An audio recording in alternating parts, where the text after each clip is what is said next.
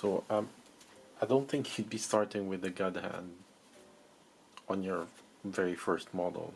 No. Okay, let's start with something really more basic like this one. So I can emulate kind of the tools that you'll be probably using as a start.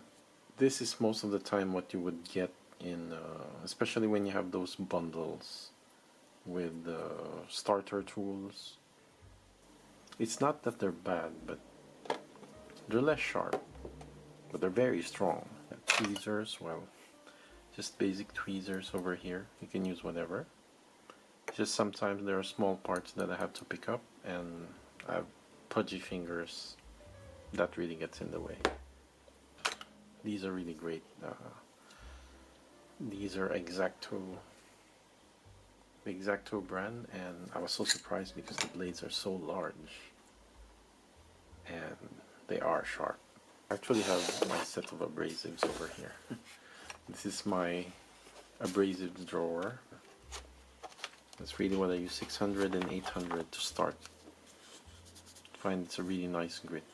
Because if I really need to sand something that's a bit more rougher, then I use some of these tools, like these metal tools from Tamiya are really great. I mean, they are starter tools. They're not expensive at all, and these are metal, so they can really shave through most plastics. The point of this whole series is to introduce you to the basics and to what you're probably gonna get as a start. And then when you really decide that you really like this hobby and you want to invest on it, then investing in great tools will just make your life easier, and you'll enjoy the hobby better. If it feels in any way like a job or a chore, then you should maybe find something else. But let me show you first. These are really great. This is the DeLorean, by the way. I'm sure you are familiar with Back to the Future. I've already removed the plastic, but all of the pieces are here. There are only a few pieces. So the first thing you should do is look for the instruction manual. In this case, it's missing, right? Well, not really, because it's here. So this is kind of a way to economize the print. Because if they had to print a separate paper, that would cost more paper, and it will increase the price of the kit. And this one's a really cheap kit. I think I got it for 10 euros. But the first thing you have to do, if you have the instructions manual, so in this case it's this one. This is the only thing we got from the Snap kit. And here you should check if all of the components are present, because if any of these are missing, you'll have to return them to the store and they'll give you a replacement. Anyway, nice details for something this cheap.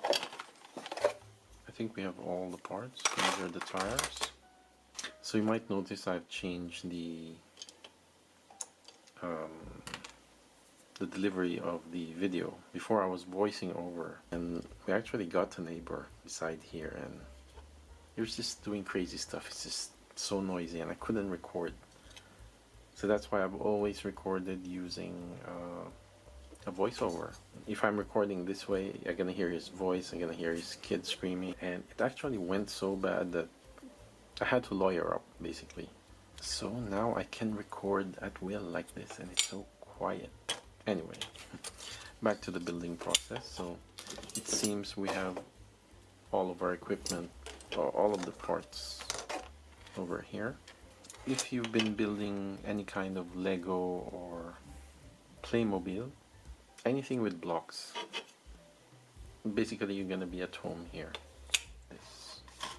I'm gonna have to rip this off. I actually saved the box because I use this to put on my journals. This one's really easy to build. It's just in one page. So let's begin with the cutting part.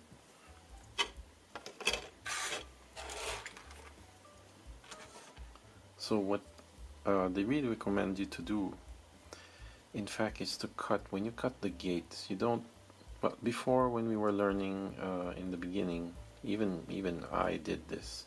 I was really cutting really close here, and that's fine. You will cut it, but the problem is that you will cause some stress marks, and sometimes there will be some whitening in the plastic. Now, this doesn't matter if you're gonna paint everything, it won't show. But some hobbyists, they just want to build it straight up without painting. Painting is not really a requirement, because as you can see, all of the parts are already colored as they are molded. So you can leave this as is and it would still look fantastic. If you want these lights, you're gonna have to paint it. But in any case, it would still look good. So you're gonna see some whitening over here if you try to cut it directly from down. It's not very apparent in gray parts, but in some colors such as blue or red, usually that's where you see the stress marks are really bad. But here, so try to cut up here, about that length. Okay.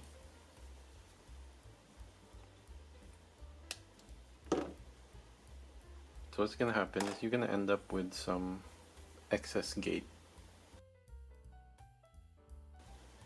And that's where your hobby knife comes in, because then we can cut this off.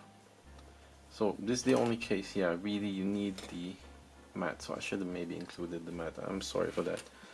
Either you do it in the air this way and you cut that way, or if you have a mat, then you can hold down the part onto the mat and you can cut safely here, because you won't damage your surface.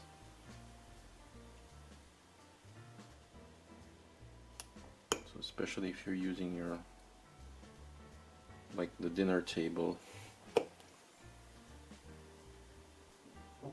wouldn't be great if you actually damage the table. So that way, just to shave off that extra part. Now that we're done, be careful of the knife. Don't do this. So I see a lot of people, like when they close the knife, they do this and then they push that way. So what happens sometimes, they slip this way and he got an injured palm. So just do it this way and cap it down. So I myself personally, I wouldn't even bother sanding this one when it's a part that nobody can see anyway. You don't need to clean it. Just cut it until it doesn't impede any movement. Nobody's gonna be able to tell that you clean it or not. Can you? Nobody's gonna see that. Especially once it's under here. Nobody's gonna see that. So save yourself some time and effort. Move on to the next part. Excess, you can simply cut this off. That's another example. Nobody's gonna see this because it's under there. So it doesn't matter if it's really clean or not, so long as it doesn't obstruct any other piece, so it can't enter anywhere. So just leave that this way. See, it's a snap kit. It's genius.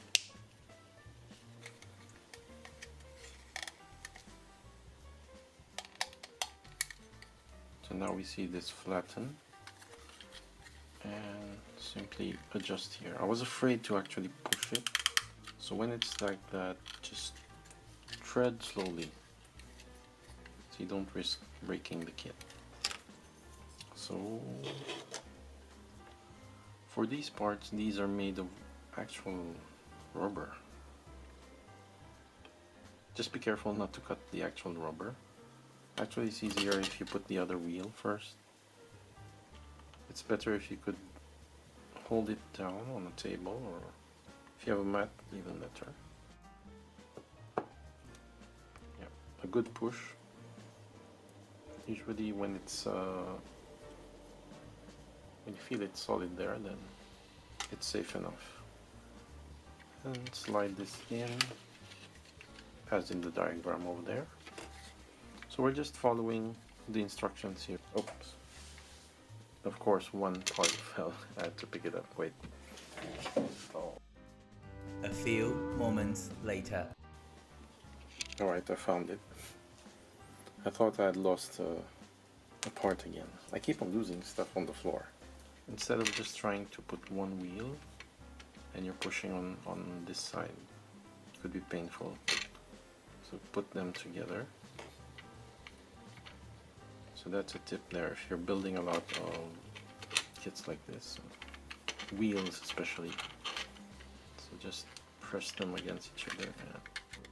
To align them, I use tweezers. So it's easier to move them around. That's good. Then I simply use my finger to press. Okay, it's all built up. So now obviously it's missing colors, but for the sake of building, we're finished on this one. Anyway, a nice bonus on this kit, it's a pullback action. So let's see that. Yeah. Anyway, let's move on to the HG. So this is a bit more advanced. This is probably what's going to be most available to in almost anywhere. If you go to a hobby shop, you're probably going to see some Gundams and civilian vehicles most of the time. In general, they always have two sets of bags like this with 4 or 5 sprues maybe. So we have those two.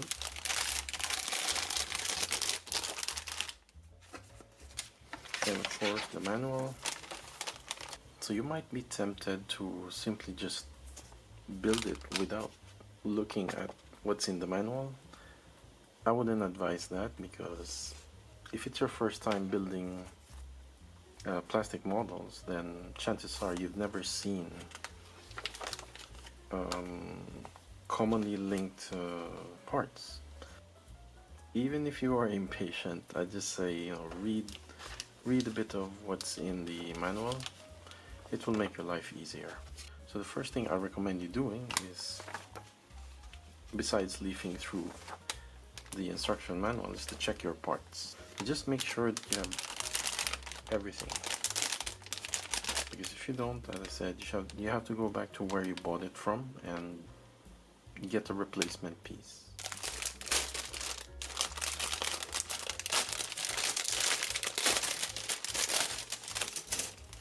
Actually, this is one of the fun parts of building, is, you know, the moment of unboxing, and then you get to check those parts, you know, you get to hold them and see those tiny details, and you can already imagine how you are going to build it, because this is the end result that you want to see. And to me, this gives motivation just to build this. So as a beginner, I would just say try to do it the way instructed in the manual, which is cut up the parts, clean them, then build as you go. So the other method is using recipients, you know, such as a bowl, you know, separate bowls for each of the steps. If you have separation boxes like these, for example, so you can use these to put parts. So for example, you know, step 1 here, step 2, step 3, 4, 5, 6, and so on.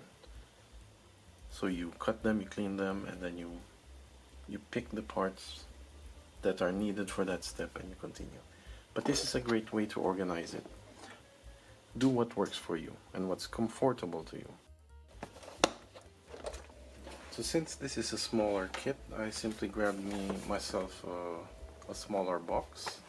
So what I'm gonna do is put parts for the right leg, left leg, right arm, left arm, torso, and so on. So anyway, with batch building, so batch assembly, this is what you end up with, more or less. So depending on how big the kit is, I mean, the more pieces you have, obviously the more divisions you need. Again, each separation will be a part. So you assemble this, assemble that, until you have built everything. For me, it's just more systematic this way. Here, definitely we need parts from A, B, and C, plus the PC7. PC7 is something you'll always see in plastic models that have some sort of articulation, because these sockets are what allows them to move. And you know what's nice here is most of the time the plastic injected molds, they already have the colors in them, so even if you put them together and you never intend to paint at all, you would still get a pretty good looking model because they're already colored. Here they tell you need C14 and 15. You can see their designation over here. This is A. Yeah, this is C. So they're very easy to spot. You can simply see those numbers. Cutting in.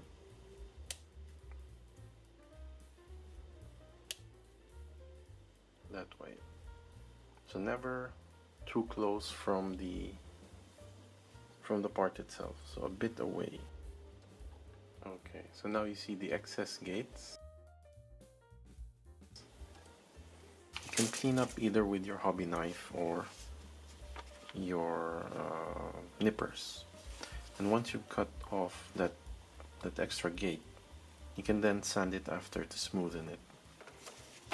This is actually a method I use more often now than the hobby knife. Instead of getting the hobby knife and trying to cut that part, you know. So it's best if you have a mat, if you do this. So you cut it rather that way. And you can use it to clean it as well, to shave off any excess plastic. And you can further clean this with the abrasive. I have the 600, so yeah, I start with the 600 all the time. That way. And you can smoothen this out.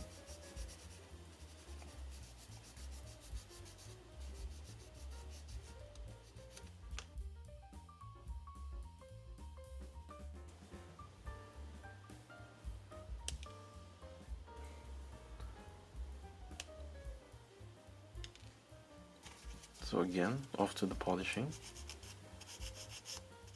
So tips for sanding: always start slowly. You can always sand more, but when you remove too much of that part, or you scratched it too badly, you can't get it back. So what's nice with these foam-backed abrasives is that they can contour to the shape of the part. So for example, this one is rounded, and this can actually be contouring it. If I use the flat, no, not that, this one, so this one's completely flat. If I did this, you might have, the roundness will disappear. In fact, you might have a flat edge there on the top.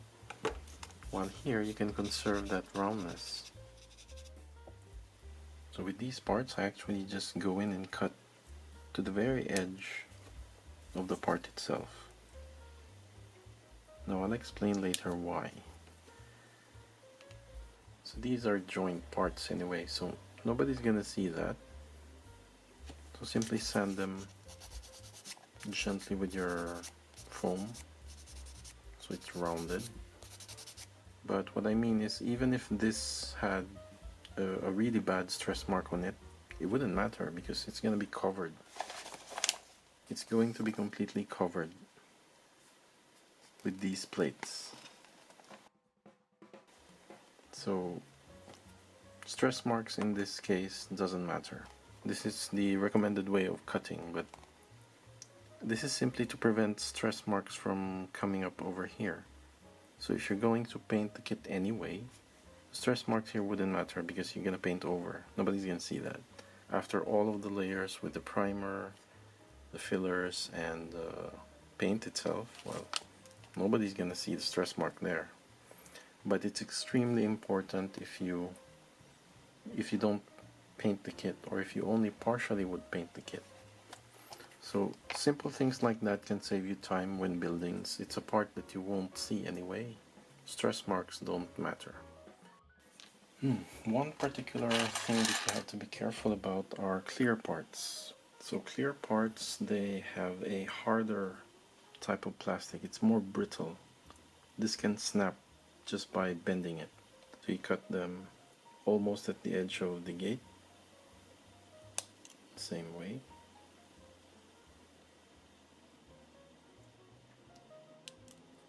I find it better to cut off the excess parts with an X-Acto knife or a hobby knife.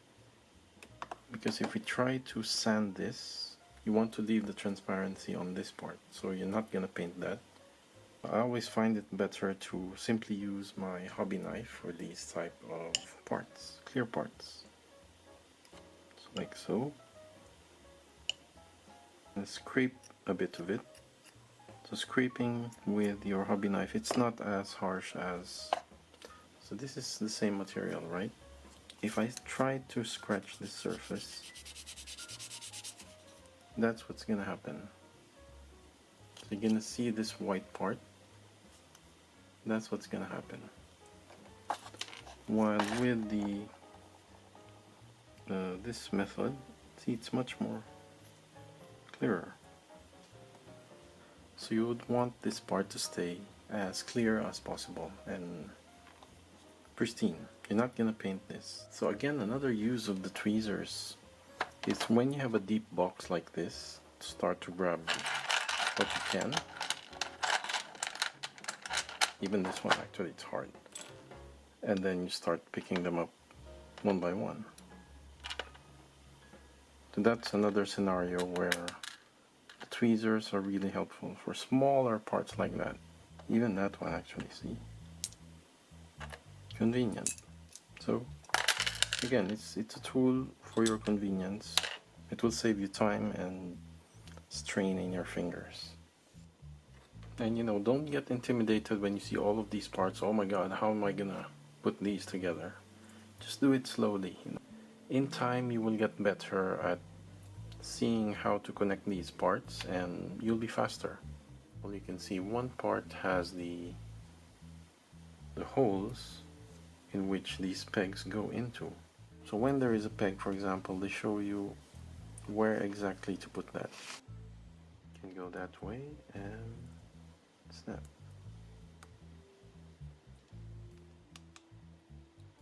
So don't worry too much about how you're gonna connect them. You will recognize them. I mean, this one you can't really mix them up, right? The only important part to take note of is to correctly align the pegs. So the pegs that you see here, they should go in the holes over the other side. If you miss, you could risk breaking it. Actually, you could risk breaking. So just try aligning one of the pegs first. So for example, this one is the closest peg, so I do that, and then I align the second one until everything is aligned. So once you feel that you have a perfect fit, so check all sides, then you start to squeeze. There. Just take note of where the part's facing. You see this mark? It can't be that part, because what's in the picture is this.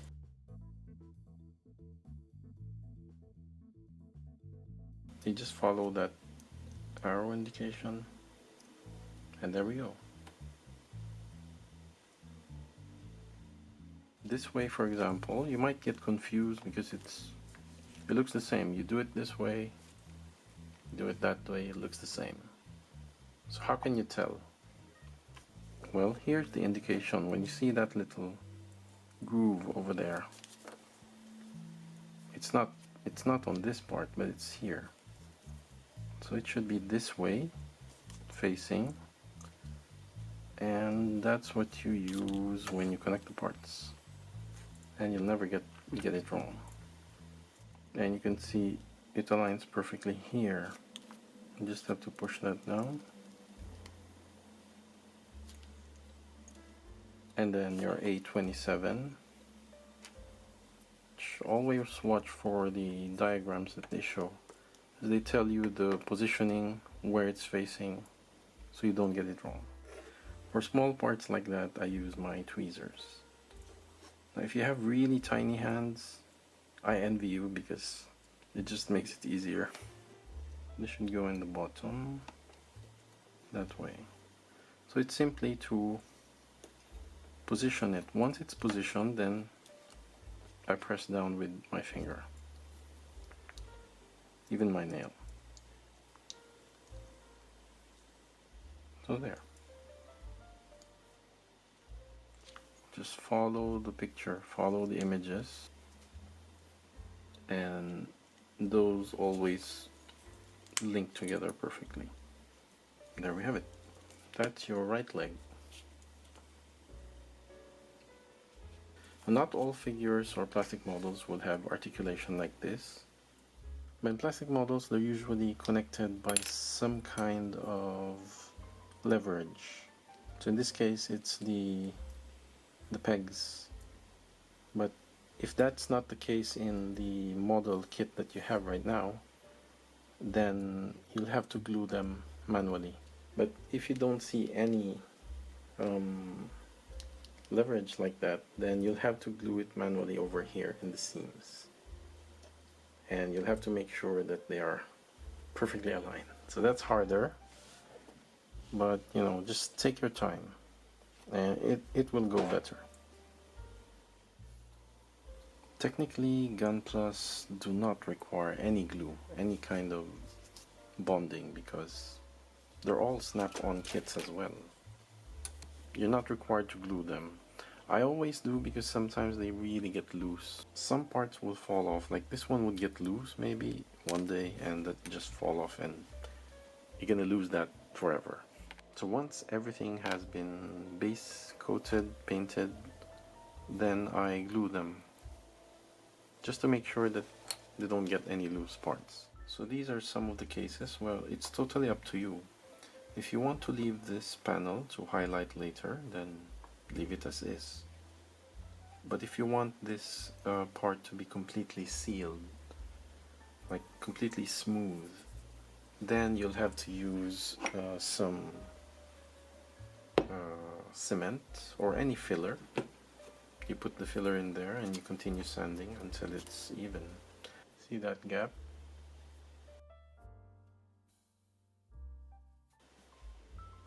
Another example is with the rifle.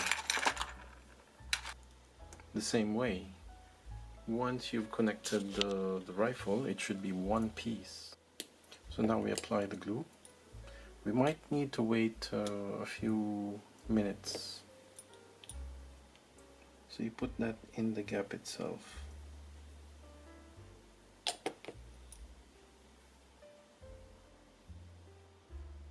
Yeah, try to make it pool a bit.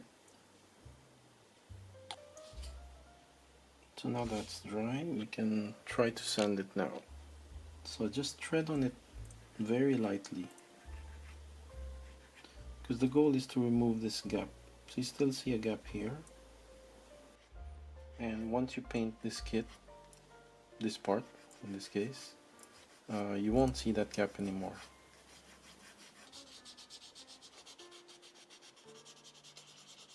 Then something more lighter around the 6000 to polish it a bit. This one you'd barely feel it actually. So when you look at it now, you barely see that gap compared to a while ago. Once it's painted up, it's as if it's one piece without any of that seam line over there. So yeah, simply apply the same to your rifles. I recommend using the thin formula for this kind of application, simply because if you use the normal one, it's rather thick, and what's gonna happen there is it might spill into the other areas of the part.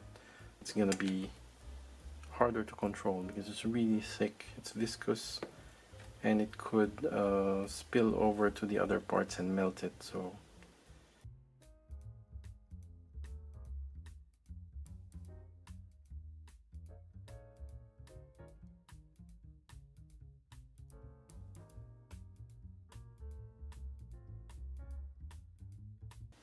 There we go. Pretty cool. So, like so. So as I was saying, you shouldn't feel any pressure to do as others do. You know, if somebody tells you you have to paint it, you know, you shouldn't just straight build. Do it the way you enjoy it. If you don't enjoy painting at all, I have some friends that don't enjoy painting their Gundams. I mean, this one painted it. Some people just like building and they don't enjoy painting at all. So I've been telling them, just don't paint it.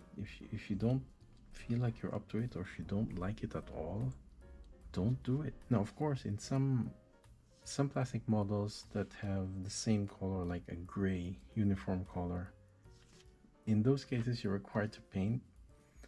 But in general, in plastic models, scale models, oftentimes the plastic injection molds are already in color.